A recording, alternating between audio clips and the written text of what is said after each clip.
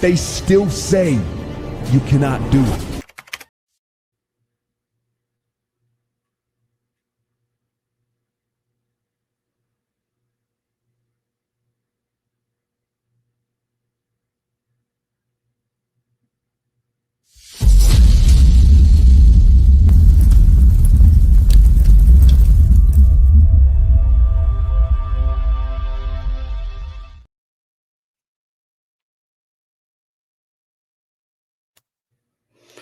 All right, guys, welcome in. It is Brad with College SportsCast, and we've got NFL Draft. We got Shadeur Sanders fall. We got Bill Belichick's weird-ass interview. We got it all. This is the big fuss. Can I please have your attention? There's all a commotion around here. What are you talking about? Let them yap at you. It's actually very exciting. Welcome in, guys. It's Brad with College SportsCast. I've got John Hammonds on here with me. What's up, Hammonds? What's up, man? It's been a wild week in the world of sports, man. It's been pretty wild, to say the least. There's been a lot going on. We've been doing these once a week, but welcome into the Big Fuss Show. We are now part of Stadium Rant. That was Stadium Rant that you saw their intro there before we come on, and we appreciate them and being a part of Stadium Rant. But kind of get that out of the way, and then if you are on Facebook with us, we appreciate you. You can help support us by sending stars, or you can subscribe to our page for just 99 cents a month. It does help us to earn a little bit of money to continue to make content for you guys. If you do subscribe, it gives you your own chat and your own subscribers page. Yeah. All right, Hammonds. We've been doing these. Seems like we're doing once a week, but it seems like by the way, so much that goes on. I know people are wondering why my X handle is not on there anymore. I got rid of X, so he's taking a little break. Yeah, I probably won't be back. I probably won't be back till football season. So, hold down the fort while I'm gone, Brad. Keep the light on. All right, man. But man, it seems like there is so much that goes on in a week's time in the world of sports, man. It's like, golly, there's 100 things to talk about now. There is. We're going to start out with the draft. The draft was last Thursday, Friday, and Saturday, the NFL draft. I'm going to start out with Cam Ward goes number 1 to the Tennessee Titans. And I kind of felt bad for this kid. They immediately cut away from him after he was the number 1 pick in the draft. Jacksonville traded up with Cleveland, and they immediately cut away from him. They didn't even interview him as the number 1 pick after he took the stage. It was kind of crazy. It was a mess to begin, because all the talk was, about Shadeur Sanders, Mel Kiper kind of, and don't get me wrong, I like where Shadeur landed, but Mel Kiper kind of beat a dead horse the whole night. He kept going on and on and on and on and on. It just seemed like it was just all Shadeur this, Shadeur that, and you're basically overlooking one of the top quarterbacks in the country that has a unique story, and he's the number 1 pick. I mean, how many times do you just basically glaze over the guy who gets picked number 1? It doesn't happen often. It don't. And, I felt like Tennessee done really well getting Cam Ward. He gives them a lot of juice. Slater is a really electric athlete. He's from the small school in the lower bowls along the offensive line. Harris was a good pick. I think he was the defensive back from California. They got Ale Manor from Stanford. They got Dyke, which was a really good from Florida, the wide receiver, which I kind of didn't really like that pick in the 4th round. I felt like they could have went somewhere else with that. But I felt like overall Tennessee done good in certain areas. But I think they addressed what they really needed, and that was the quarterback position. Well, so I got to give a little bit of love here, man, to Cam Ward up top of the show. I mean, all right, if you have paid attention to our show, we've been doing this for 3 seasons. This is towards the end of the last season. For at least 2 of those seasons, if you pay attention to our show, me over here, I've been raving about Cam Ward since his days at Washington State. Yep. Well before, when he was at Washington State for a couple of years, I have talked about what kind of quarterback I thought he was, what kind of athlete he was. I have said since October or November of last year that I thought he'd be the number 1 pick. And John, not only was he the number 1 pick, but I believe he's the very first number 1 pick that was a 0 star coming out of high school. Yeah, like I said, he's got a unique story. I think he brings a lot of athleticism to this quarterback room. Unfortunately, Will Levis, his time may be short in Tennessee.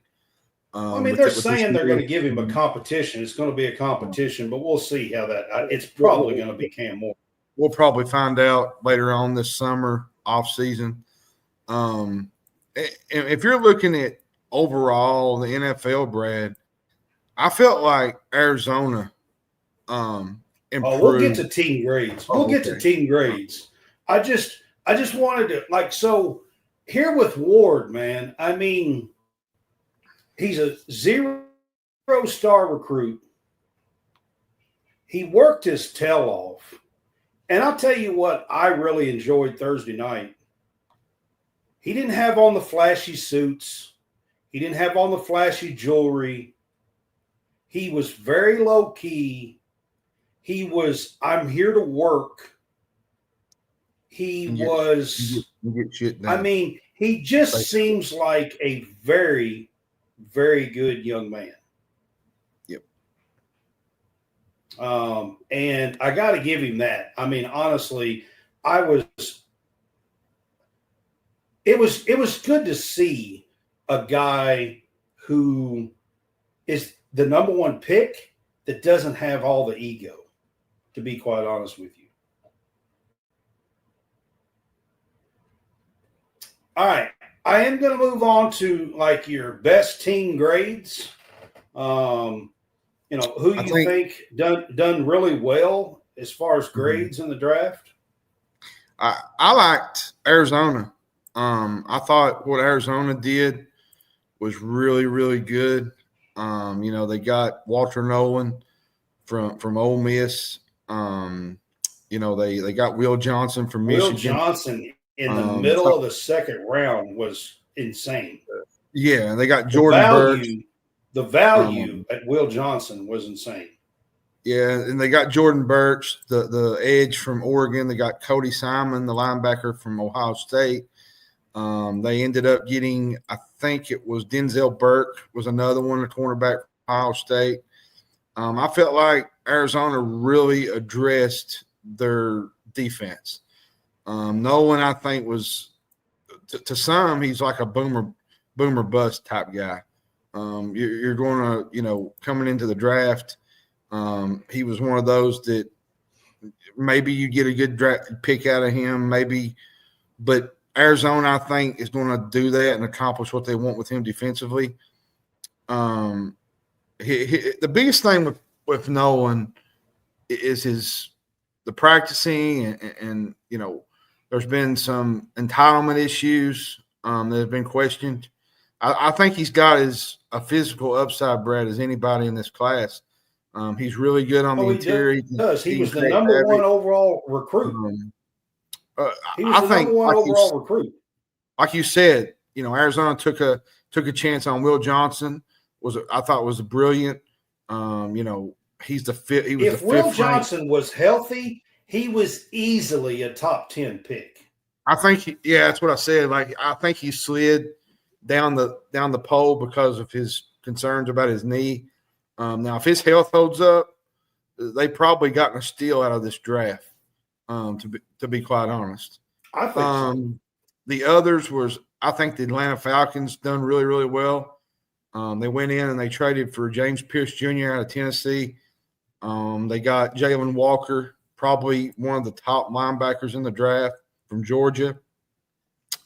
And that was the first time that Atlanta has picked a Georgia player in the NFL draft era, I was told. So that was crazy.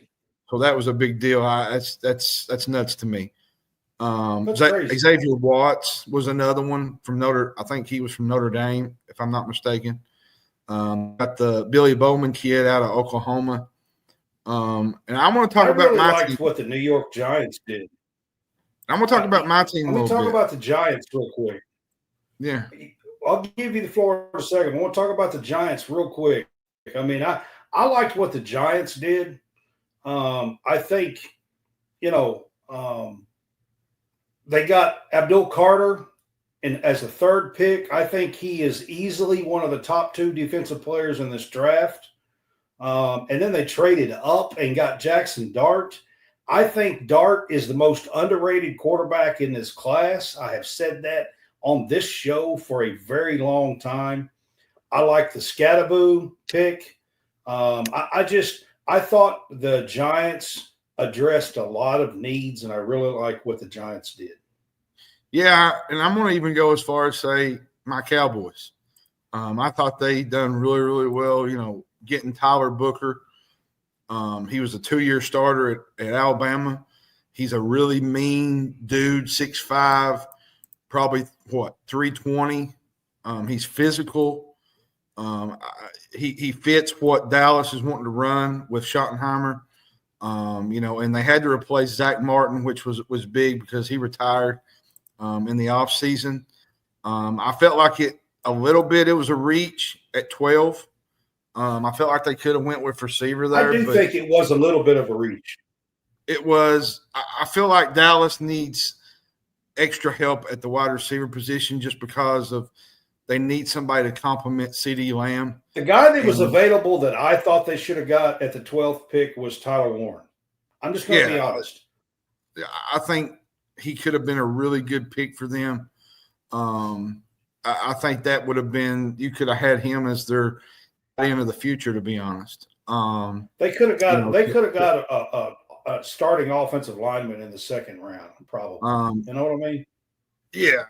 And the kid out of Boston College, Donovan Ezekiel, I can't say I butchered his name, I guess, but he was a really good piece at the edge position.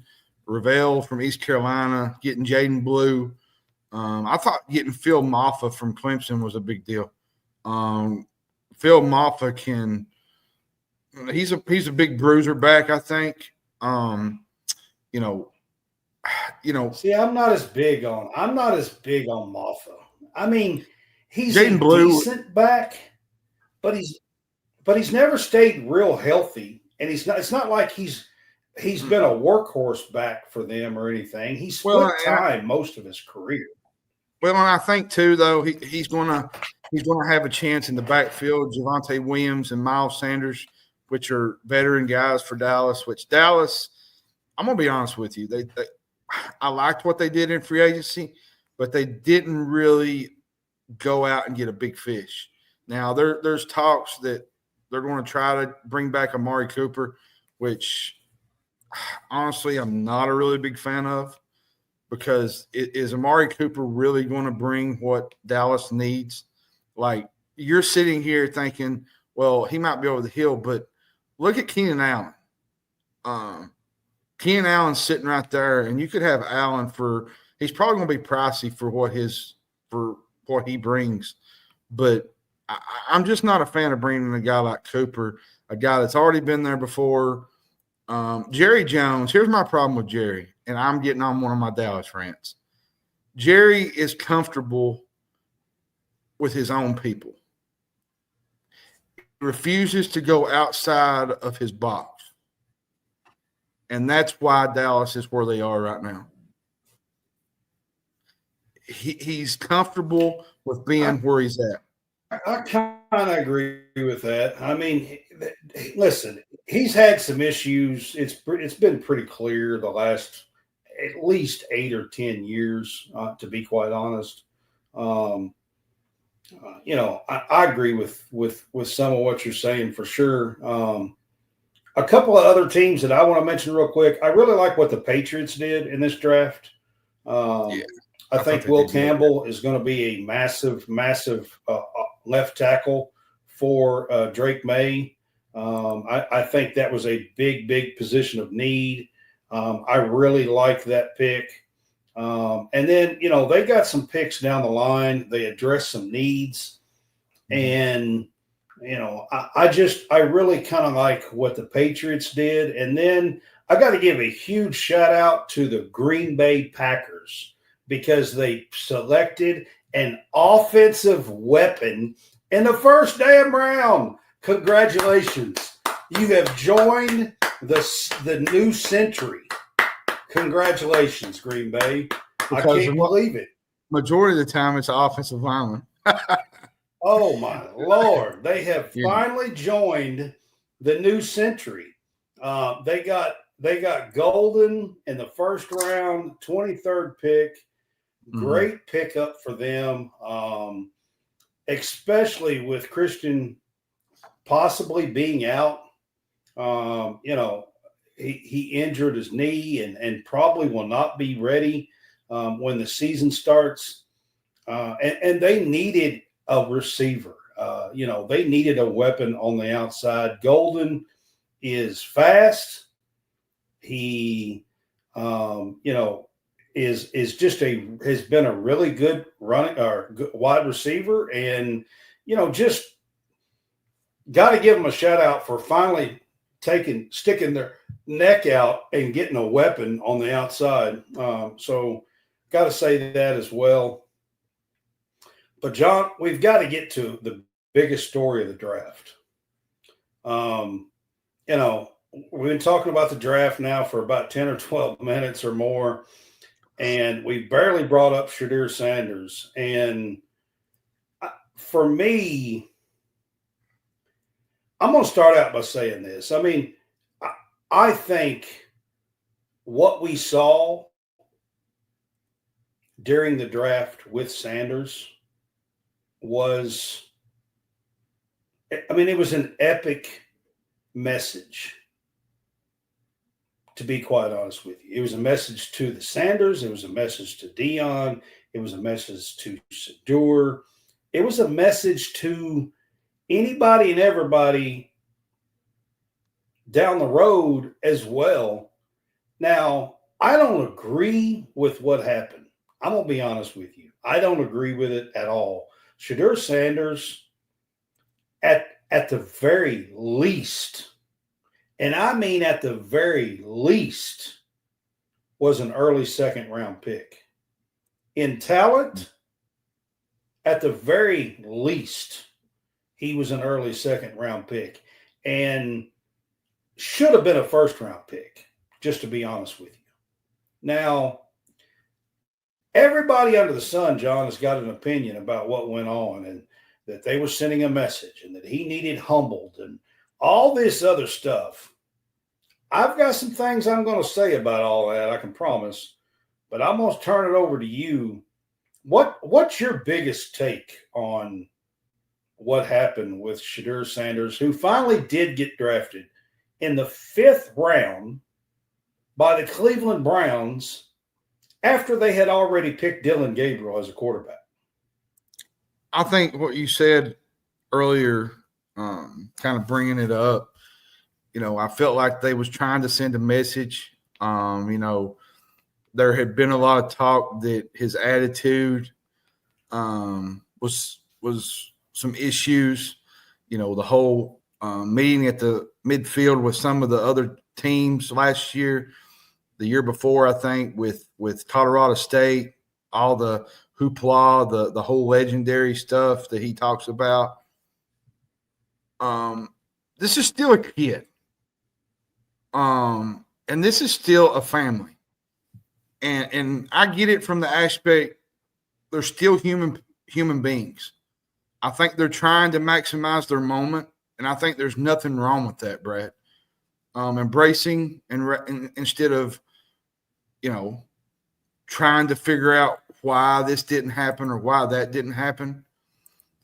The problem is Deion at times. The showmanship, the talking a lot, the hoopla that comes along with Deion. I think a lot of this has a lot to do with Deion. And I want to go back to the early 90s real quick, and I'll let you kind of add into this. What was Deion like? He basically had 2 to 3 teams that he was basically going to play for, maybe three, because of baseball. He wanted to play baseball and football. I think the Atlanta Braves were one with the Falcons. I think the Reds were one with Cincinnati. This is nothing on the NFL draft stage what Deion brought to the table. And I think me and John talked about this earlier. I brought this up earlier, talking about it with him, just between me and him. Man, that's my thing. Everybody says, "Oh, well, he was too brash and he was too cocky and he needed to be humbled." And hello, have y'all met Deion Sanders? I mean, do y'all know who Deion Sanders is? Or do y'all even know who he is? Because I don't know. And I have another question. When did Deion Sanders become hated in NFL circles? As far as I know, he was a free agent a bunch of times. The teams lined up for him. Wait a second. Teams lined up for him when he retired. Broadcasting people, NFL stuff lined up for him. When he got into coaching, I mean, every time a job opens, NFL people call, everything else. I mean, when did Deion Sanders become hated in NFL circles? That's what I want to know. Well, and you got to. My second question is this. Maybe you guys, just maybe, you guys should go back and watch the 1989 draft. I mean, just maybe. I'm going to give you guys a little. I'm going to try to learn you guys something. Okay, that's what we say here in Kentucky. We'll try to teach you guys a little bit of history. Okay. Deion Sanders limited teams that could draft him in the 1989 NFL draft. He made it clear that he would only play for a few teams, one of which was the Atlanta Falcons. Even telling other teams that he wouldn't be available if they chose to draft him.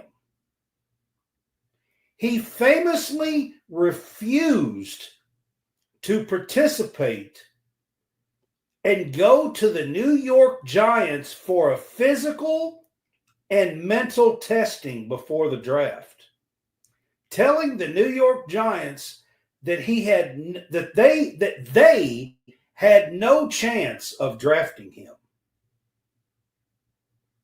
He dictated what others would do. And if you go back and watch his NFL draft, 1989 now, his NFL draft interview, after he was drafted 5th, by the way, number 5, he was the number 5 pick by the Atlanta Falcons. His whole interview, he's back there with the chains and the sunglasses and smiling, and his whole interview is he's talking about merchandise for sale and that everybody needs to call him prime time. I mean, hello. If you think Shadeur Sanders is bad,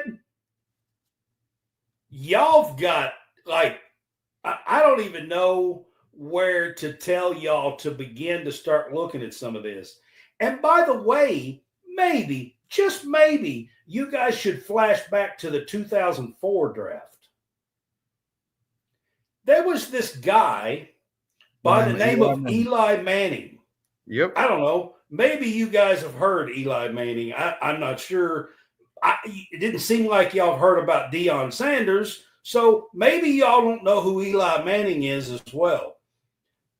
Maybe you should check out, maybe, I don't know, Peyton Manning, maybe Archie Manning. I'm not sure if anybody knows this stuff, because anybody that in media and the circles of the NFL for the last 5 days acts like this stuff never happened.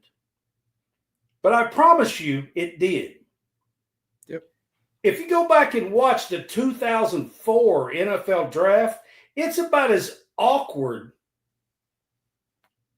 The beginning of that draft is horrible to watch.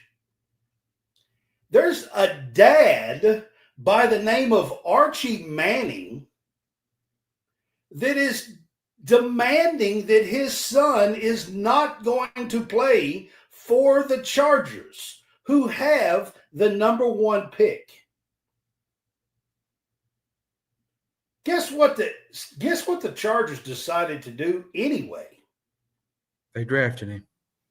They drafted a kid. I don't know. Perhaps y'all know his name. I don't know. Perhaps y'all know who Eli Manning is. They drafted him anyway. Yep. And the first hour of that draft was about as awkward to watch as anything you've ever seen in your entire life. Yeah, take time to go back and watch it. Interviews were horrendous. Archie Manning, the dad, is interviewed with Eli. He's at the draft with him, standing right beside him, and clearly says that his son will not be playing for San Diego, or for San Diego at the time. At the time, yeah. The Chargers.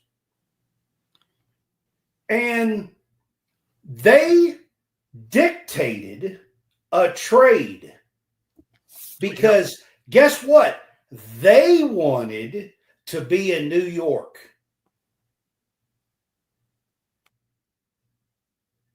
And they dictated a trade. So please, with your whiny, crying, stupid crap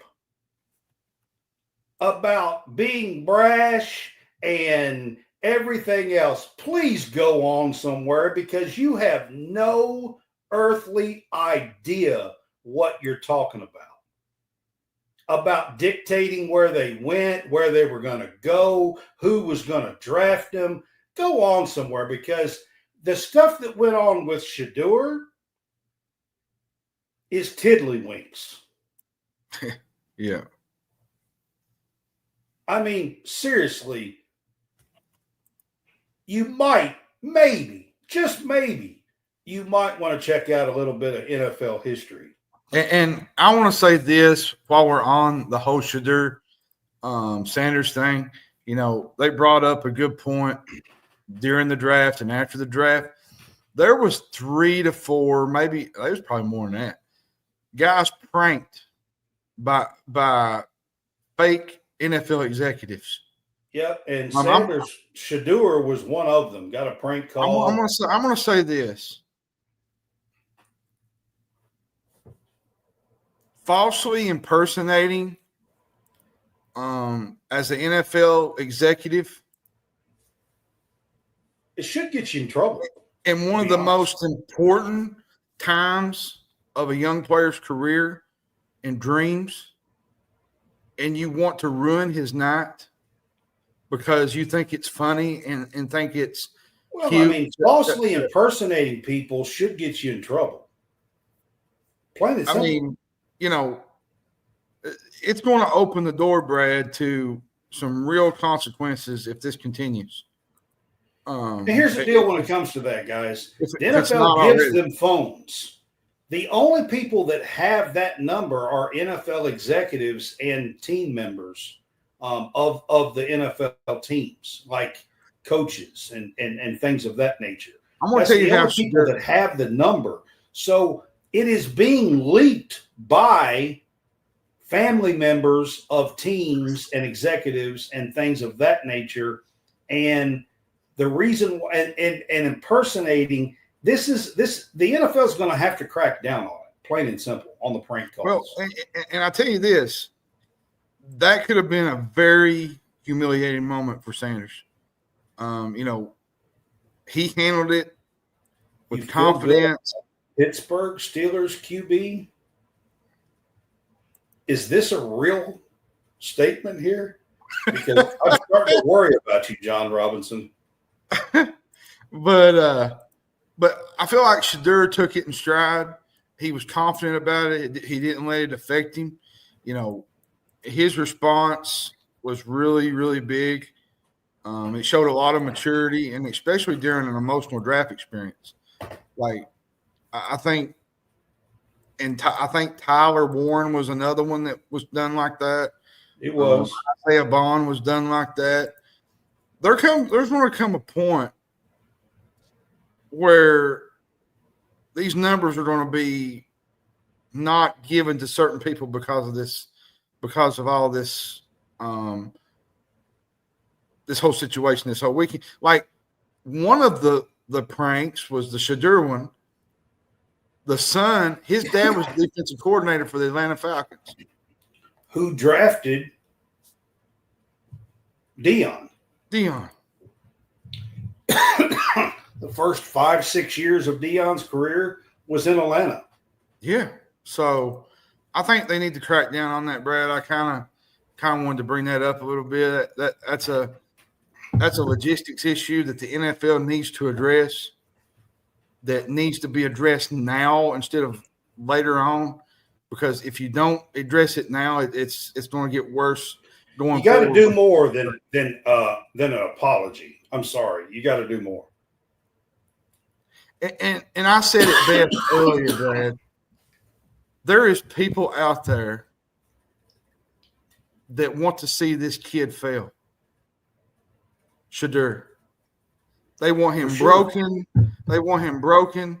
They want him down in his face. And I'm going to tell you right now, I've never seen a team want a beat down, broken, humbled quarterback. I've never seen a team that wants that before. I just don't understand the society that we live in, Brad, that want to see other people Show fail. me a team that wants a beat down, broken, humbled quarterback, and I'll show you a loser. Yep, pretty much. I'm sorry. I don't get people's mind frame where they want to see people fail and struggle and fall on their face because, you know, it affects me because, you know, we're trying to do this podcast and sometimes you're going to have haters. You're going to have people that don't like you, but to see people just want to see others outright fail because they don't have what you have is quite frankly. Well, I mean, they're jealous, but let's be honest. They're jealous of Shadeur because he's lived a different life. But let's be honest.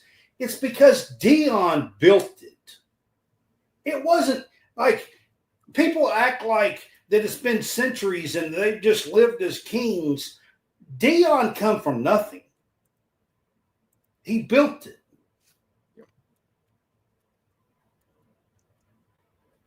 All right. I'm going to move on because we got a bunch of other topics to get to. This one is a whole lot about Quinn Ewers.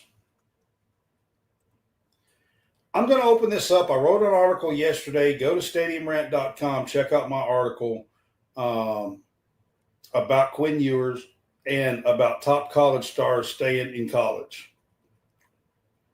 I want to open this up by saying this, John.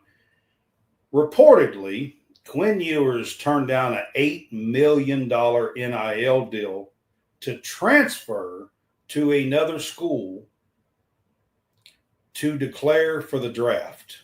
Mm-hmm. Last year, Ewers was thought of as a possible first rounder. He went in the 7th round, picked 231 to the Miami Dolphins. Mm-hmm. And he's not even going to gross $1 million a year. It's like $840,000 or $50,000. That takes me for the next 4 years. Okay, he's only not. going to get $840,000. He turned down an $8 million NIL deal. Should more kids stay in college because the money's better? I think they should. You know, it kind of brings me back to what Mike Leach, his vision to fix college football in the NIL.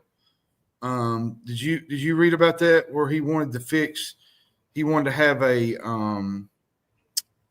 2 academic tracks for where high school recruits would choose their path upon signing for school. Then they would follow like that traditional college experience with eligibility tied to academic progress, NIL participation, and retention hours for graduating and staying 4 years at the same school. This model would pretty much settle the education while still offering modern benefits. I think that's where we're at in the NFL, college basketball, college football. There needs to be some kind of rule in place to save all this. I mean, you look at the whole Tennessee situation with Nico. Is it really ruining the sport? I mean, I think a lot of these kids are actually returning to college football and basketball. We're going to get to that in just a few minutes, a couple of topics away.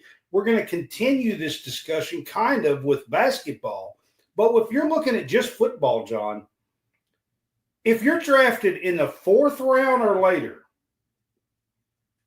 you basically make about $1 million, $1.05 million a year for 4 years. Yep. Most of these top college kids are making anywhere from $4 to $8 million in NIL money in college football. So you're making as much money in 1 year in college at $4 million as you can make being a 4th round draft pick in the NFL for 4 years.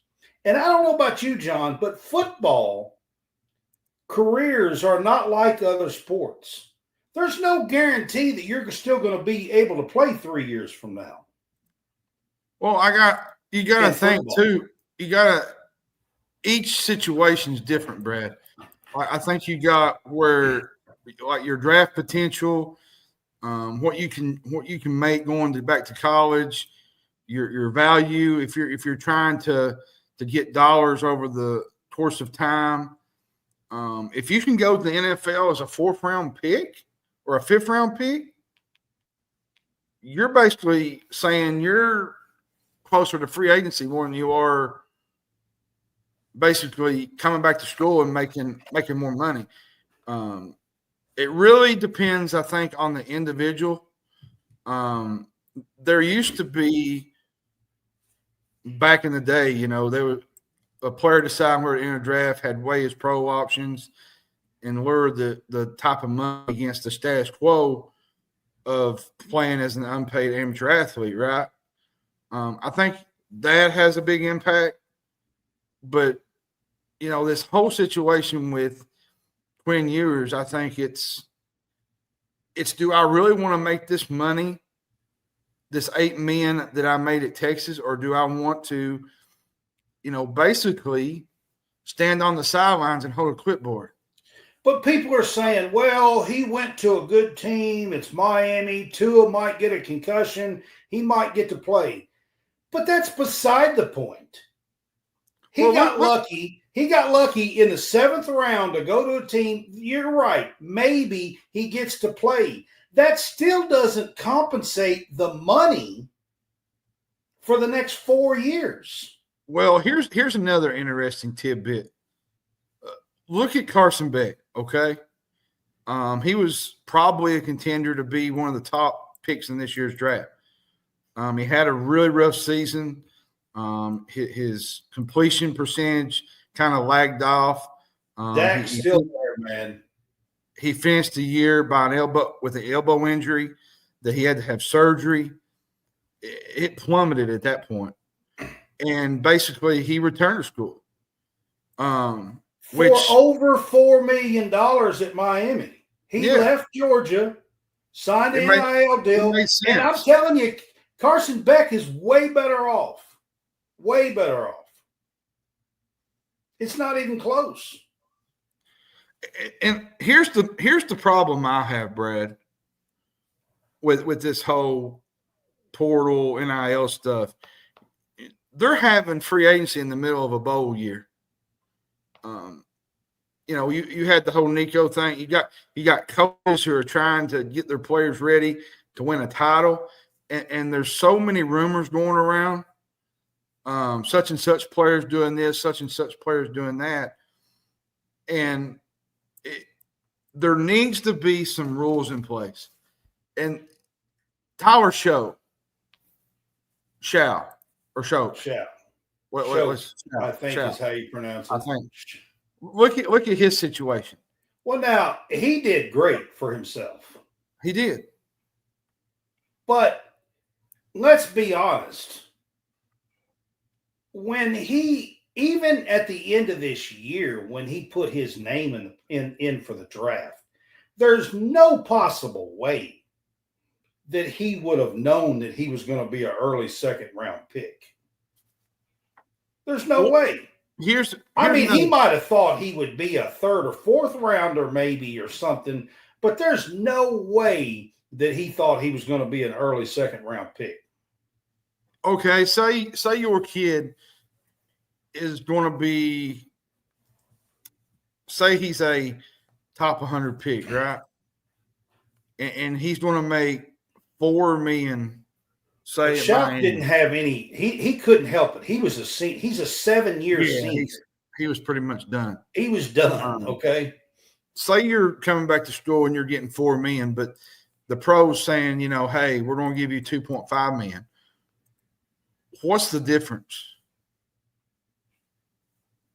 So in the second and third round, that's about what you get. You get somewhere in the $2.5, $3 million a year range, something like that. You're basically better off going back to school than going pro. I mean, look at the whole landscape with the whole college basketball thing. I'll get into that soon, but I think it's where, with the whole pay for play, it's when you got a lot of really good players who are probably really not good NBA players. If you're a decent college player, Brad, and you're a starter, you're probably going to make some money. Let's just be honest. The NFL is probably going to look at your NBA and they're going to prioritize you. But say you're not a really great player, the NBA is just going to look at you as another guy. And they're going to send you on down to the G League, basically. And that's just the way in life of the NBA, college football, college basketball. This is the new era of the landscape. And we're going to get to the NBA stuff here, and I'm going to throw out some numbers here in just a second.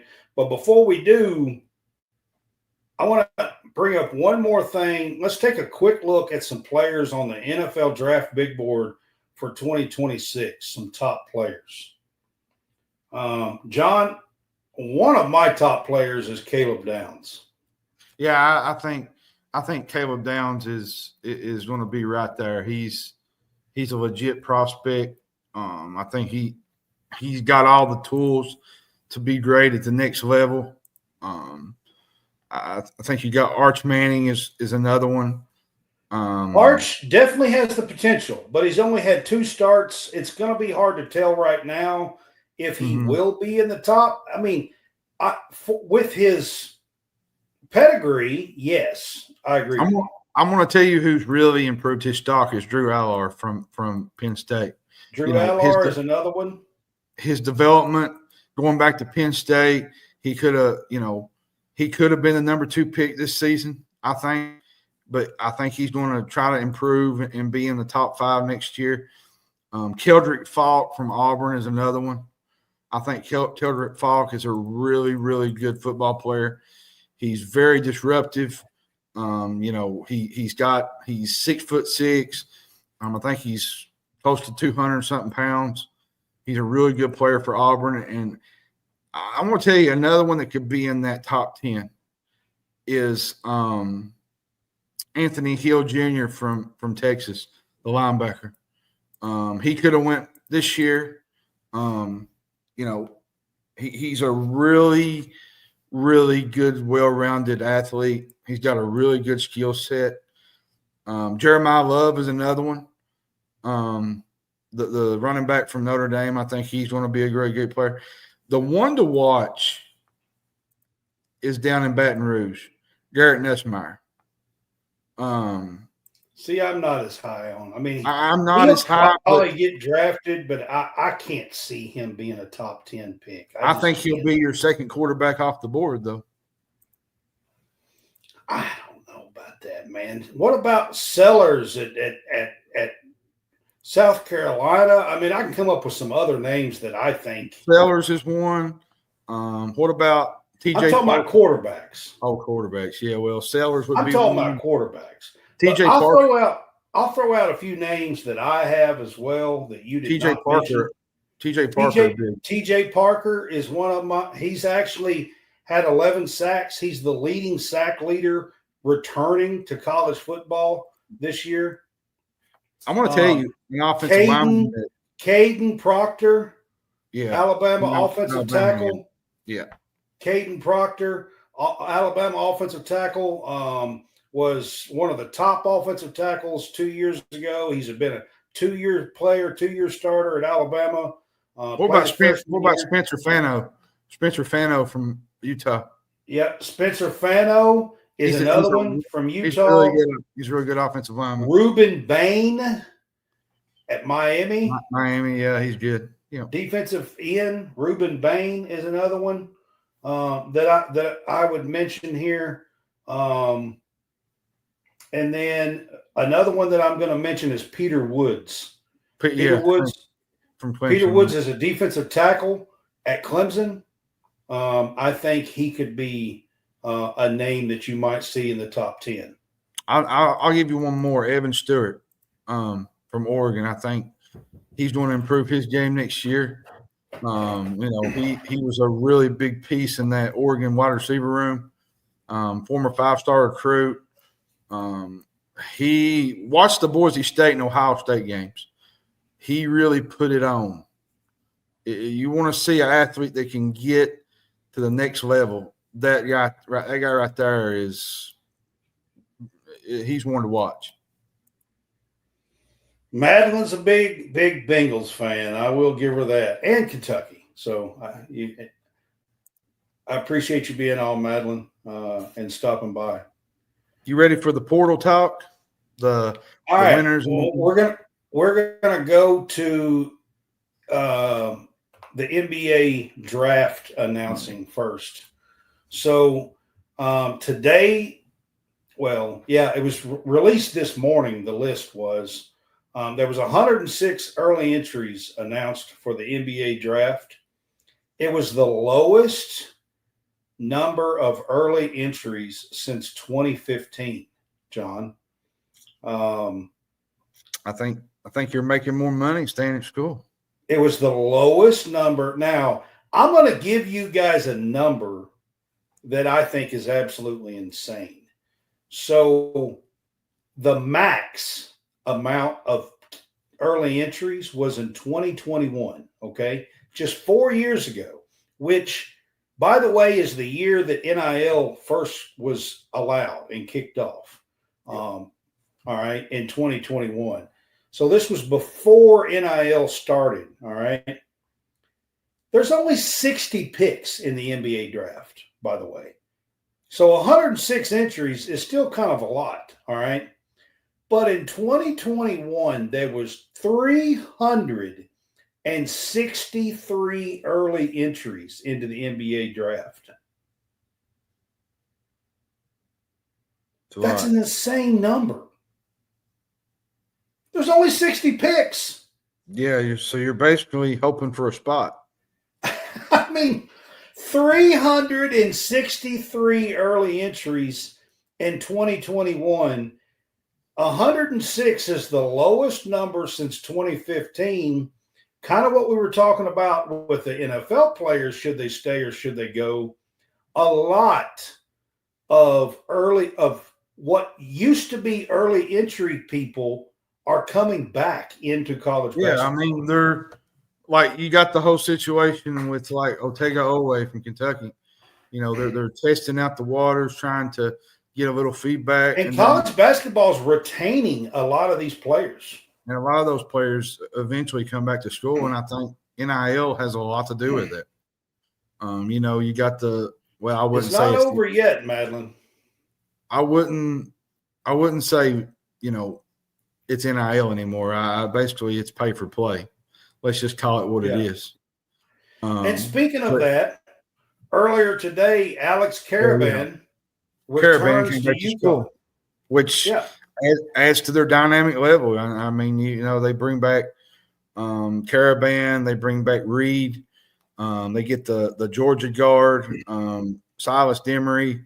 They've added some really good pieces to this team. Now they lose. And when you get the likes of Alex Karaban coming back, he's a two-time national champion. UConn's probably looking at a top 5 team now. They lose McNeely, which I think will be a big loss, but they can kind of cover that up with what they bring back in the portal. But, you know, UConn's going to be right there again. And as much as the whole world hates Dan Hurley, they're going to be right there. They're going to be in the middle. Bringing Karaban back, who, by the way, in the latest mock draft was the 35th pick. Yep. One of them that I seen had him at the 35th pick. He was going to be going to the combine, which I'm going to talk about next. He was going to be going to the combine, and there was a chance that he could be a first-round pick. And he is coming back to college basketball. Part of this, you know, what we're talking about here and retaining talent, Karaban is one of those guys that is coming back, that is staying in college basketball. And people are like, well, you know, why has college basketball changed so much and everything? A whole lot of it is talent is staying in college basketball. Yeah, I had this conversation with a guy today. We was talking about, you know, the retention, how you look at Tennessee, you look at all these schools, and now Kentucky is kind of going in that direction with, you know, away from the whole NBA factory type thing. Now, let's be real. You're going to get a couple top picks here and there, like a Jaden Quainance that's going to come here and there, most likely. Yeah. But you're going to keep and have retention with a lot of these kids, and I think it's really good for the game of basketball, especially in college, because look at the last NCAA tournament we just had. It might have been one of the best tournaments we've had in a while. Yeah, absolutely. From terms of the Final Four on through the Elite Eight, there was some really good Sweet 16 games. And I'm going to tell you something. Everybody was asking about this. When he gets done here, I'll tell you a little bit more about the timeline. Well, and the thing too is this kind of knocks around the mid majors too, because basically the Power Five is a breeding ground on the mid major schools now. The mid major schools do not give these kids time to develop. They're gone after usually their freshman year, and they're off to a big Power Five school. And I think what you're going to see going forward, Brad, is the NCAA tournament's going to be lack of upsets a lot more now, because the bigger schools are going to be overtaken by these. I agree with that. You know, mid majors. So, but like you said with Oweh, it's going to be late May, Madeline. It's going to be way late. So the NBA draft. Just talking about some dates here for the NBA draft. So the deadline to enter was April the 26th. That's why the entry list come out today. because it was finalized. All right. And then the the two combines, okay? There's a G League combine that is before. It's like the 7th through the 10th or something like that of May. Yeah. And then the NBA combine in Chicago is the 11th through the 18th. Okay? Mm-hmm. So it's a week deal. It's the 11th through the 18th. And then to withdraw to come back to school, you have to withdraw by the 28th. May 28th is the last day to withdraw. Yeah, and I think you're going to see a lot of withdrawals this year. That's just me. I mean, you saw Karaban, Jalen Lowe. There was a surprise name on the list that a lot of Kentucky fans did not know about. Yeah, Jalen Lowe was on there. Jalen Lowe is testing the NBA waters. But I think he's coming back. I mean, from what we see with pictures and official visits, I mean, I think there's a good chance that Jalen Lowe's going to be back. And I think Ortega's going to be back just by the way some of the coaches have talked. McLean talked about it. Brooks, the way they're kind of teasing the little things here and there. I think there's a good chance that Oweh comes back. Now, I will say this. Madeline, we all hate the wait. I'm not the most patient person in the world. I will say this about the wait. Say, for instance, Oweh doesn't come back, okay? Let's just put that out there. You're basically going to have to go get another guard combo guy that can take Oweh's spot. And there's not a lot to choose from at this point. Not always. Not that type of player. No, you're basically going to be trying to throw shit on the wall and hope it sticks with this team next year. Basically, how I can phrase that. But other than that, yeah, Madeline, it's the wait. The wait is long. I'm going to tell you what I've told Brad. We've done this for 3 years. The summer is the worst part about this podcast. Yeah. It's long. It's long. Hot. It's hot. There's not a lot going on. There's not much to talk about. Now, if you like the NBA playoffs, we don't really discuss that. That's not our thing. But if you like the NBA playoffs, that's one thing.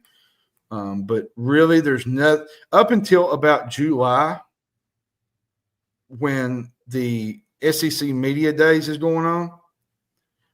That's when everything starts kind of getting a little hot and heated because you're basically getting close to the August and let me talk about Oweh for just a minute here. So baseball's not boring. The latest mock drafts that I have seen on Oweh did have him up to number 77. Okay. Yeah, basically, but is he really going to get that? Is he going? But there's only 60 picks. Yeah, okay? I mean, you're basically he's still not where he needs to be guaranteed to be picked.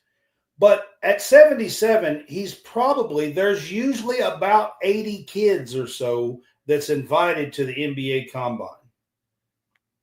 There's usually somewhere between 78 and 83, somewhere in that, he's right there on the bubble. More than likely, he will be invited to the NBA Combine. And that if he is, it'll be good for him because he'll get a lot of good feedback. All the teams are there. There's interviews during that week. He gets to meet with teams. He gets to meet with, evaluators that can give him instruction on what to work on during, with his game.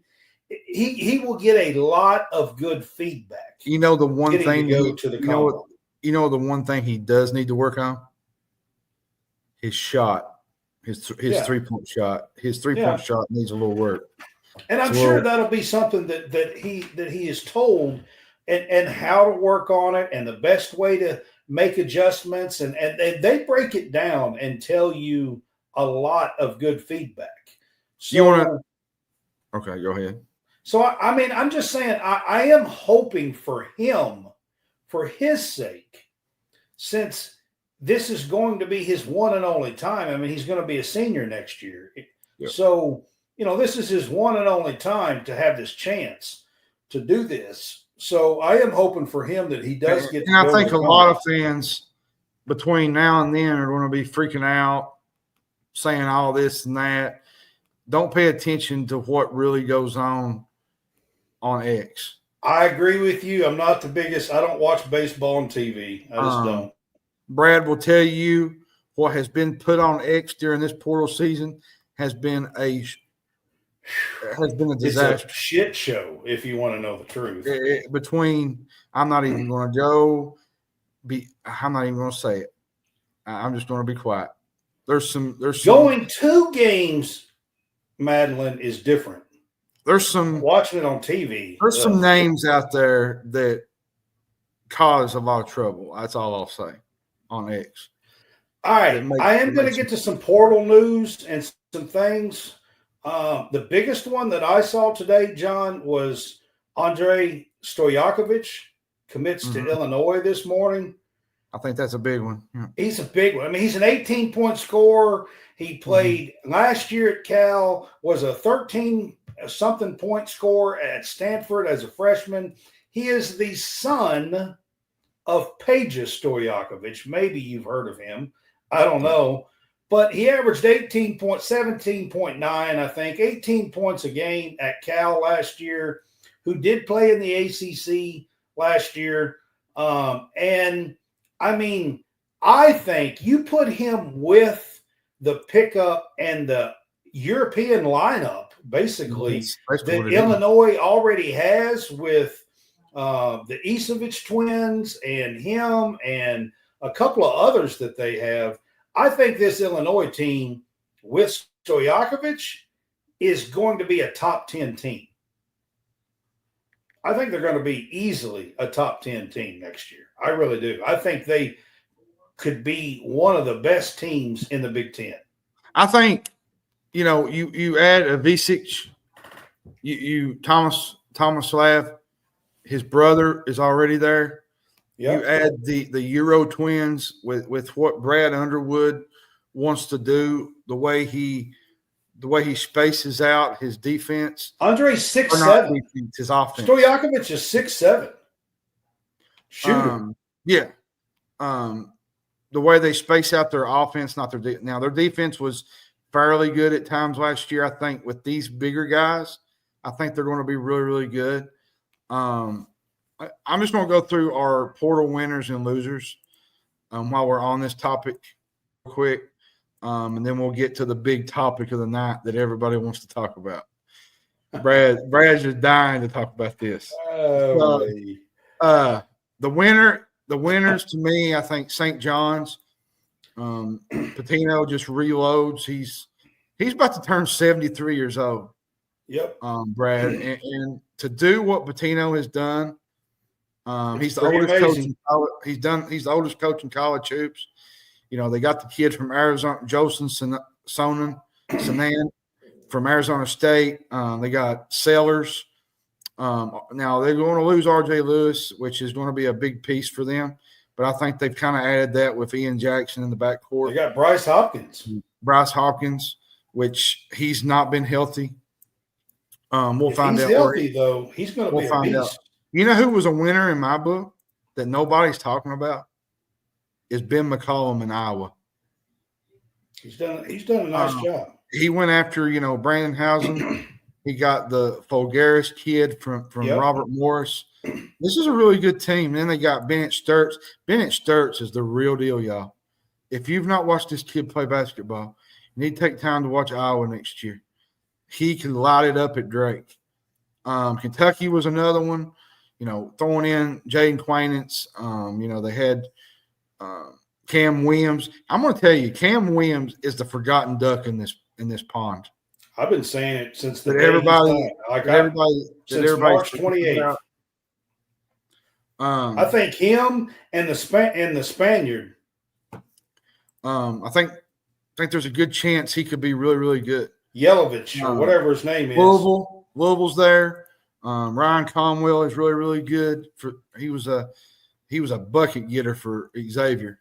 Isaac McNeely from Virginia. I'm going to give you some of my losers on and you're going to like this one. North Carolina. They brought in some decent players, but this is a make or break year for Hubert Davis. You're right. Carissa did go to Cincinnati. This is a make or break year for Hubert, I think. Vassar is really, really good from Arizona. They got, I think, the Kyan Evans from Colorado State. They got the forward from Alabama, Jaron Stevenson, which I think will be a big piece. They lost Jackson, Cadeau, Washington. I think they lost another guy. I'm just not sure, Brad. They upgraded this roster, to be honest. I'm going to tell you another team I don't think upgraded really great was Arkansas. Is Irwin? Of course, they got a few freshmen coming in. It's going to be good for them. But as far as in the portal, I think they lost more in the portal. Darius Cuff, Malik Thomas, they're top guys. But I'm talking about the portal. Did they really do anything? Not really. No. Nick Pringle has been in college, 6 years? Yeah. Honestly, I think Diabate's better than Nick Pringle. I do myself. Baylor is another one that I think was a loss. They lost the kid to BYU, right? Now they did get Rataj from Oregon State. He's really, really good inside. Losing Robert Rye is a big one because he was their stud guard that could get them a bucket, and I think that's going to hurt them this year. And my last one, my wild card. Well, I wouldn't say they're my wild card, but they got some decent pieces around them. Is USC, Chad Baker Mazzara. Today, actually, I think, wasn't it? Yeah, no, it was this past week.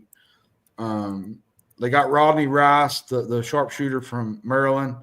Baker Mazzara he got some experience. He's he can shoot the three. He's good. Old muscleman.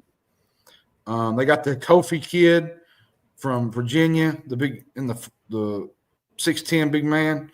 Now they do lose Desmond Claude, which I think Claude, from what I heard, Ole Miss is upgraded as well, but Travis has not committed there that I know of as yet. From what I heard today, Claude is probably going to Florida, the former USC guard. So, but while we're on this topic, I wanted to say my prayers to Elijah Arenas. He just got in a bad accident just recently. Yeah, absolutely. And I don't know the whole dynamics of what's still happening with him. I haven't heard lately, but I knew recently he was in a induced coma.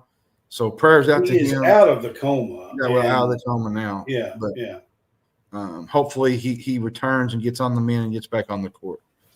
Oh, and by the way, on the women's side, Mylaysia Fulwiley goes to LSU. That's my next topic. That's what I'm fixing to hit right now. Yeah, that was a big one. So on the women's side of college basketball, which is what I do, especially with the Kentucky women, but Mylaysia Fulwiley committed to LSU and Kim Mulkey. And, John, you put her with Michaela Williams and Flau'jae Johnson, and that's your guard and your backcourt. Holy smokes, they're going to be good. If Kate Koval can come in at 6'5" and be a good player for them, who they picked up in the portal as well, watch out for LSU because they are much improved. And you don't want a motivated Kim Mulkey, I can tell you. I'm going to tell you right now, Kim Mulkey's a coach now, I'm telling you. People might not like her and her antics at times, but she's a coach now, I'm telling you. She knows how to handle top classes. I'm just going to throw out some names. These are not in order at all, but Coach Yo, Ole Miss, LSU, Texas has done really well in the portal. Tennessee has done really well in the portal. Yeah, South Carolina picks up Latson and a 6'6" girl from Mississippi State that's African girl, and I can't pronounce her last name, but she's a really good player. You'd be surprised, Madeline. She said a woman is 6'5". Yeah. You'd be shocked. Oh, yeah, absolutely, Madeline. This girl I'm talking about from Mississippi State is 6'6". She averaged like almost 12 points and about 9 rebounds a game, Mississippi State. She committed to South Carolina. I'll give you a couple of non-SEC teams because I just threw out a bunch of SEC teams that's done really well in the portal. Maryland has done really well in the portal. Brenda Freeze, ex-championship coach, title coach, is doing a really good job in the portal. And TCU, Campbell down there is just killing it. Picked up Olivia Miles out of the portal and a lot of other pieces, including Clartis Silva from Kentucky, but a lot of good pieces at TCU as well. There is a lot of good teams, or teams that are improving in the portal in women's college basketball. Yeah. Today, real quick, news in the portal, Sarah Williams, who is a top 5 in the portal. She's one of the top 5 available in the portal. She's 6'4". She visited UConn today. That's going to be a big one if they can get her. So just give you a little bit of quick portal news there. So I got a question. Are you ready for this next topic? This is our last topic of the night. This is it. This is our last topic. Going to have a little fun with this one. Madeline is on with us. You got to have a little says fun. She's 5'2". Because I like 5'2" myself. I'm 6'1". This has been the hot topic of all of sports. Well, if Madeline will hang on with us, because it'd be interesting to see from a woman's point of view, actually, because I don't have a woman's point of view on this, not at all. But I have got to talk about this CBS morning interview that went on with Bill Belichick. And there are so many things to talk about here. Now, I want to start by saying this. He's wearing an old, and I do mean old, okay, shirt or sweatshirt, all right? It's navy. Now, I am told that they were supposed to be interviewing and asking some questions about his dad, who was Navy stuff, I think, a long time ago, and that's part of the reason why he had that on. But Lord have mercy, the sweatshirt's older than his girlfriend.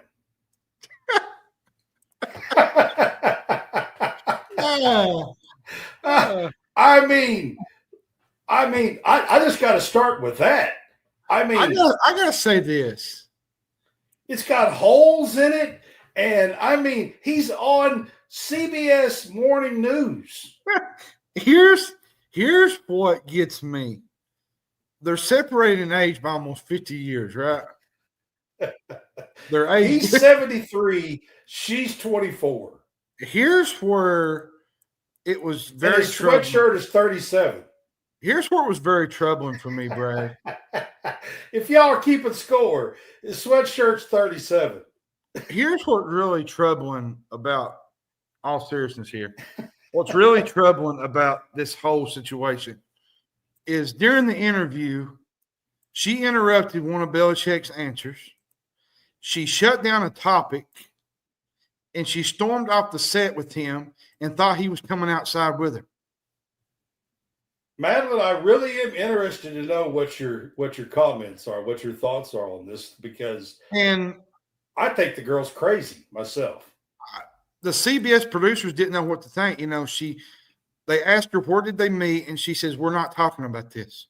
And then she goes off and she shuts down a topic, shuts a topic down, storms off the set with him and delayed the session for almost 30 minutes.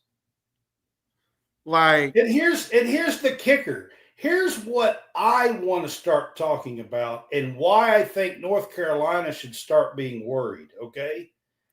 Because during this interview, not only did she stop and shoot down questions about their relationship, but she also interrupted and stopped him from questions about football. This is Bill Belichick, the 6-time Super Bowl winning coach. And this girl is 24 years old, and he is answering questions about football. And this 24-year-old girl says, nope, you can't talk about that. What? Am I missing something here? Like, when did Bill Belichick not know football? Well, and there's another sense. I read an article today, Brad, about where the ordeal isn't sitting well with Bill's employers either. They're saying that in North Carolina, they're concerned about her influence on him as a head coach in Chapel Hill, like taking on a role as his manager. And as what somebody put on it, there's a growing sense this could become a problem at North Carolina. So there's video of him on the field, and and her stopping practice. She's stopping practice. Yeah. I mean, listen, if I'm 73 years old and I got all the money in the world and some young chick's probably, what, 24, Listen, 25. I got to put it on the screen. Madeline said it. I'm going to put it on the screen. We all know it. I mean, everybody here knows it. It's not a secret. It's not. I mean, we all know it. Everybody knows it. So it is what it is. But at the same time, I don't really care about that part of it because he still knows football. He does. She should not be interrupting football questions, interrupting practice, shutting down practice, shutting down football questions. I mean, it's ridiculous, John.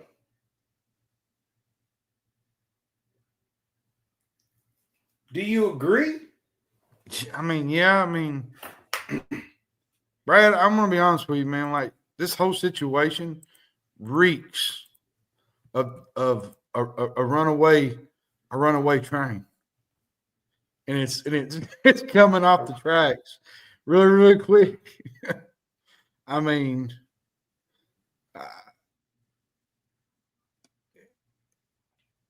he's a strong football coach.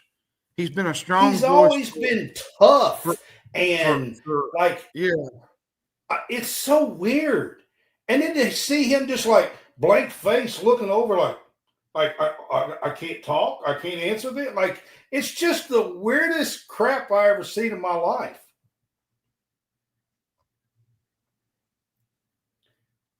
Madeline, I mean, I really would like to know what you're saying. I hate to say this.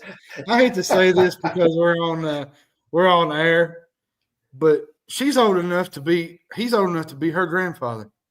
Of course he is. He's almost 50 years older than her. Yeah, I mean, everybody is talking about this, so I'm gonna bring this up, okay? The weird thing that everybody's talking about is the guy who's interviewing Bill Belichick asked Bill Belichick during the interview, how did you two meet between him and this Jennifer Hudson girl who's 24 years old?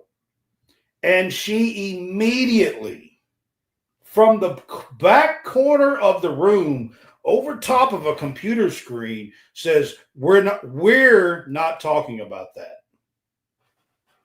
And he looks over and just shuts it down. Okay. So everybody in under the sun is wondering what the crap. I mean, that's not a bad question. Like, all he did is ask it. She's 24. It's not like she's 13 or nothing.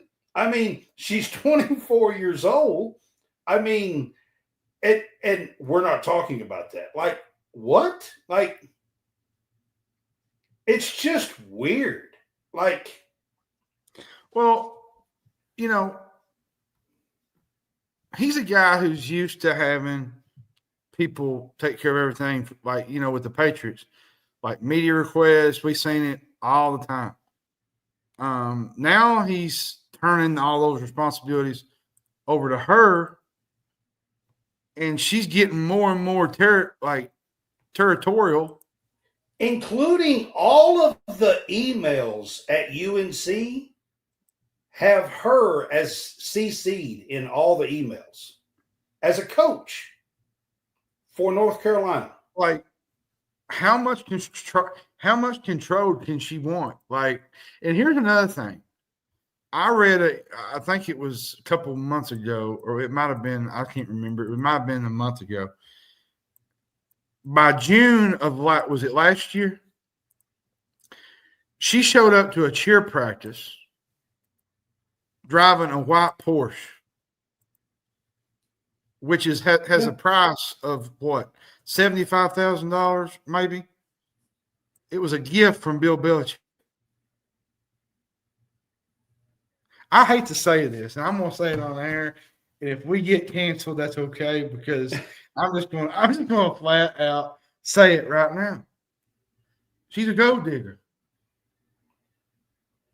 I mean, if you think about what she's doing and all the things that she's, the things that she's saying on. Well, I made a bunch of jokes the other night when I seen this interview. I'm like, hell, he needs to blink twice if he needs help or something. I mean, honestly. I'm confused, Brad. Like, congratulations, Madeline. Got a black BMW that the thing that bothers me is the optics are really, really bad. And at some point, this is going to turn. I mean, does this girl have 73-year-old Bill Belichick held hostage? I mean, it's. I mean, because it sure looked like it. I'm not kidding. I mean, it's just I'm very concerned about it because, we don't really know what her role is. We do know that she's overlooking certain things at North Carolina.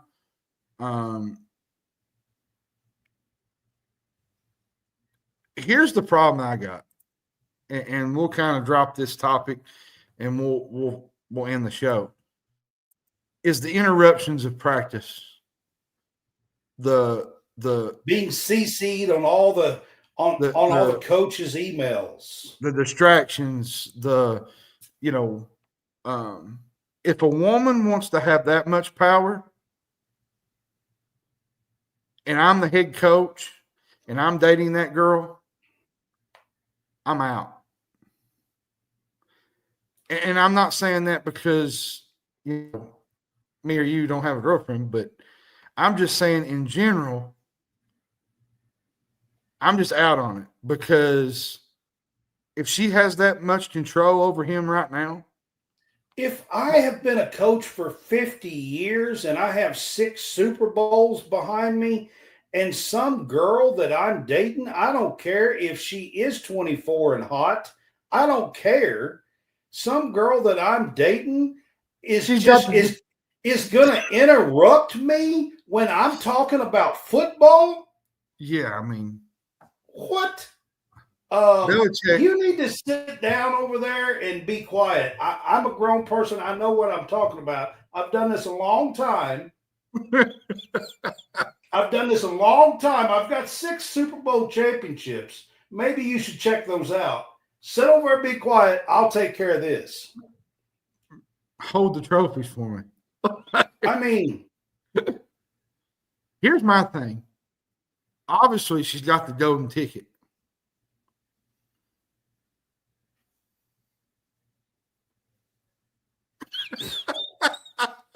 I mean, she's got the golden ticket, Brad. I mean, what else is there to say? She's young. I'm going to tell you what I told you earlier. It's not that golden. I can tell you that. I'm going to be straight up honest with you. It's not that golden. Oh. I'm just telling you. Oh, it's going off the tracks tonight, man. It's not that golden, man. I'm telling you. Oh, goodness. Been there, done that, Bought the T-shirt. read the book. I mean, seriously. I'm going to call this the book of control because that's basically what she's doing. She's got control of Bill Belichick. And I told somebody today, I said, they're going to reach a point this season where he's going to be doing an interview or something, and she's going to be right in the middle of it. You know how logistically that's going to look? Just like the other day. You know how that's going to look with their football team trying to prepare for a game, for a big game during the week? I know. That's going to look embarrassing on North Carolina. And I'm telling you, the people behind the scenes, I'm not talking about like Belichick. I'm talking like athletics directors, people that are connected to the program. It's going to make them look bad. Like if this continues to pop up and cause problems, because that interview, that was the most bizarre interview. It was bizarre. That's the best way to describe it. Bizarre. And I've ever seen. I'll leave it at that. Yep. All right. Bizarre. Go to Bet Us. Use that link, bit.ly, Real Fresh Bet Us. You can get 3 deposits. Your first 3 deposits, you get 125% match by using that. That does help us. If you like to bet on games and do things like that, please bet responsibly. But you can get some money match from Bet Us at the Real or bit.ly, Real Fresh Bet Us. Brad, go get the golden ticket.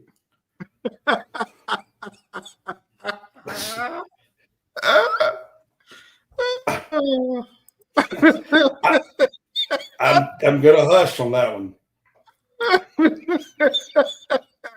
Check out my Quinn Ewers article that I wrote yesterday. John wrote one about the top men's college basketball portal classes. That's kind of what we were talking about earlier. And then, of course, we're still writing SEC, men's basketball, all different stuff. So check us out. I know people are going to probably think that last segment was bizarro, but it ain't no more. Look, check out that interview. That was bizarre. All joking aside, leave the joking at the door, but there's a legit issue going to keep popping up if this happens during the regular season. It's got even UNC people concerned. And when it's heart attack, I would understand, okay? Because she is pretty hot. I'm not going to sit here and act like she's not, because she is, okay? The heart attack, I would understand. You want to know what I'm worried about? I'm worried about the slow graduals, like 6 months, all of a sudden he's sick and all this stuff. I'm worried about the slow gradual death. That's what I'm worried about. After that interview, that's what I'm worried about. It's a legitimate concern. Like, it feels like one of those TV. Please do good interview because it's bizarro. You need to watch it. It's very bizarre. And I watched it, and I was taken back by how she was acting the whole time. Like it was really unprofessional to be where they were with the CBS anchor crew. Yeah, that's very unprofessional, to be honest. Absolutely, it was bizarre. That's to say the least. And like I said, Madeline, I'm worried about the slow. He's getting sick when nobody understands. We can't figure it out. Death. That's what I'm worried about. And I'm not. I'm laughing, but honestly, I'm like, wow, that don't look good, man. No, it's a problem. All right, guys, this has been the Big Fuss Show. This is week 36, season 3. And we're at the end of April. We're one step closer to SEC Media Days. We are. So we will see you guys next week. We are doing these weekly now. So we'll see you for the Big Fuss Show next Tuesday night. Y'all have a good one. Have a good one. Can I please have your attention? There's all a commotion around here. What are you talking about? It's actually very exciting.